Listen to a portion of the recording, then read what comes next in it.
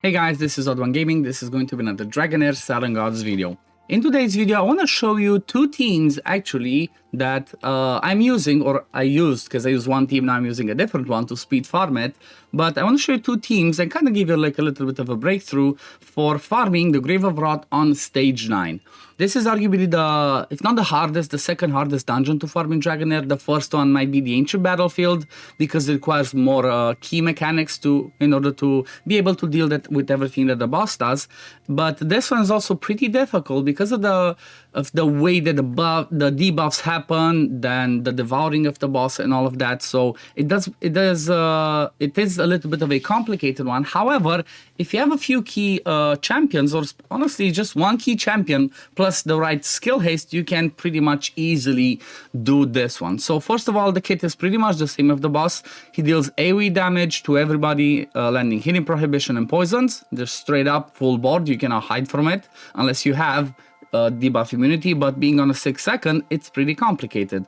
Then the second one, the boss sits in a diamond shape, again doing damage and inflicting recharge speed penalty. Then also the damage is shared between all enemies within range. So the fewer enemies I think you have, the less damage you will take. Like, I never understood exactly the implications of this one, but that's what I'm thinking. So if you have 3 people, you're gonna take less damage. If you only have 1 or 2, you're gonna take more damage. And then the ultimate, kind of like the same before, devours the current target, dispels all buffs from them. If they are inflicted with debuffs, then, choose them, and basically boss heals every second based on the damage he does. And, well, if you have healing prohibition, you should be just fine. And then the passive, every time he deals damage, he destroys your max HP. So this one's something that can be tricky, and you want to keep in mind to try and counter it. And I'm just going to say it from now, the best way to counter this one is the same way that you would counter the Grave of Curse boss in order to stop him from getting massive shields, is to have shields on your team. Okay, so if you have shields, he's gonna do basically, as long as he does the damage to the shields, you're not gonna lose max HP. Now let's jump straight into it and let me show you exactly the teams that I'm using. I'm gonna start with the more free-to-play one. Let me see, hopefully I saved it and I didn't delete it. Yep, there we go. So this is the team that I used. Let me see, I might be missing pieces of gear because I think I had some epic gear on people that I might have sold. So just quickly double checking. Okay, I'm fine. Okay, so let's run this team because this one's going to take a bit. And I'm going to explain to you basically how this one goes. And I guess give you replacement and other options. But honestly, like 3 of these ones are free to play from my point of view. Everybody should have them. So first of all, you have Ardreth, which if you're playing in season 3 and you play season 2 and you should have Ardreth. Like, hopefully you have Ardreth. If you didn't, then well, you can still replace her with basically whoever's going to be your best tank. Fruitbath, Garius, even Feds could be an interesting option because he can cleanse the debuffs. But I'm just using Ardreth because what she provides to me is obviously that healing on her ultimate. She provides us the aura that basically increases everybody's defense once she hits 10 stacks, and she's just really tanky and just amazing. Plus she brings me the defense in all battles that we need. Then the second one, which is kind of the MVP of all of the seasons when it comes to free-to-play, that's Sigrid. And the job that Sigrid provides in here is she brings us the healing prohibition. Okay, so when the boss does this ultimate, the boss does not heal, but at the same time, she does bring us the attack penalty if she lands it. Like we saw, we had some bad energy where she didn't land it, but it's if she lands it, that means you take less damage. However, you can see we're doing just fine. There we go. There's the attack penalty. And then the third one that's a free-to-play option is basically Thea. Honestly, Thea's arguably the best one that you can use for this fight if you can do what I'm going to show you, and that requires, it's not as easy, but it requires a specific amount of skill haste. And if you're lucky enough to have that amount of skill haste, you're basically going to be able to cast Thea's ultimate because it's on such a short recharge time, and at the same time it's such a short initial recharge time, not just the interval, that you can basically do it before the boss does the first AoE, which means you don't need to worry about the poisons, about the healing prohibition. You're pretty much covered for everything. You see in my fight, there's no issue here. There's no worry that I'm gonna die or whatever. Everything works just perfectly. Now, the other two that I'm using in this team that are maybe not so free to play friendly, but again, they don't have to be these specific ones, they can be anybody else, are Finja. She's basically in here for the healing that she does on her ultimate. Okay, you don't need to have her. You can have a Garius instead of her as another hero alongside Ardreth.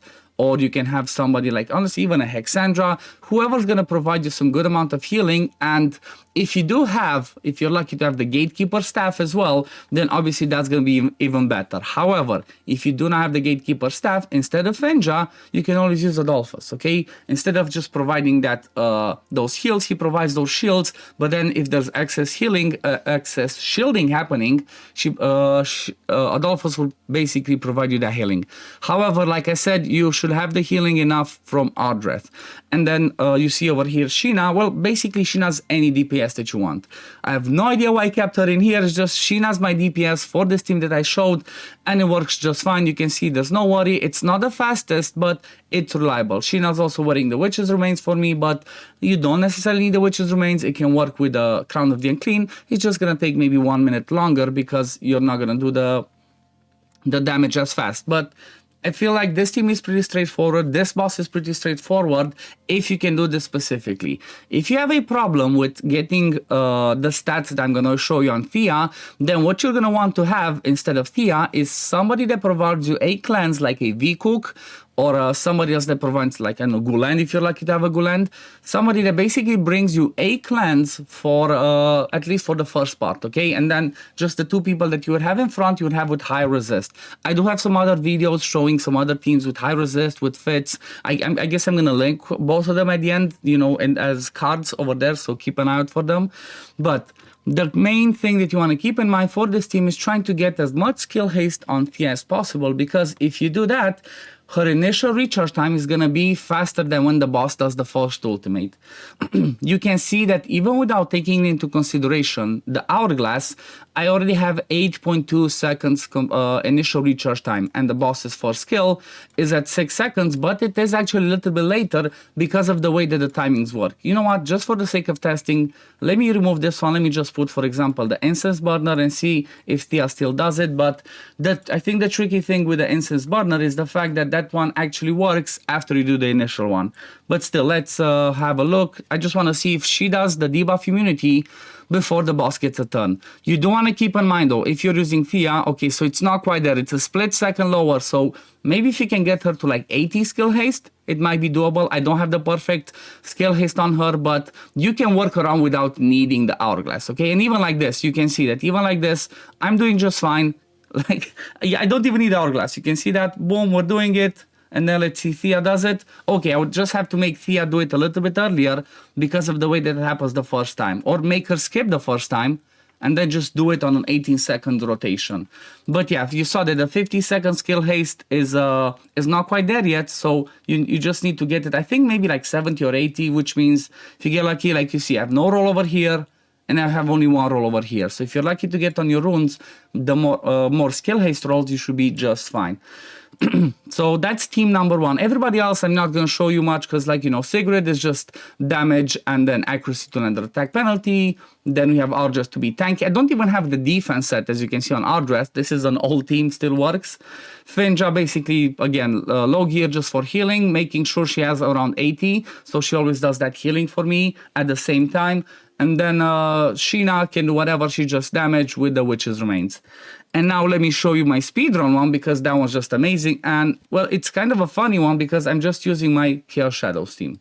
Okay, so Shadow is so amazing for speed farming dungeons, it just blows my mind. It is extra good when you have Ozul because he does a ton of damage, but it can work with other teams, doesn't necessarily have to be Ozul. However, it might be trickier when it comes to survivability because obviously the damage that Ozul brings to the table is just insane.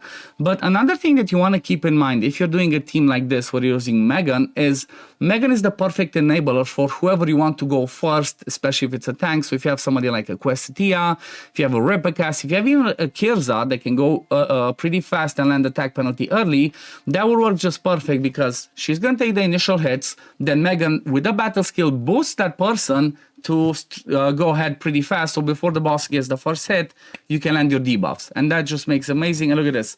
26 seconds run. This is just mind-blowing. Like, the way that the damage that Ozul brings is just insane. Obviously, like I said, he's an exclusive, I have an exclusive artifact, but you can see there's no preset. It's just straight up my Chaos Shadows team, and I threw it in there. Questia is running Ancestral Protection and Hourglass.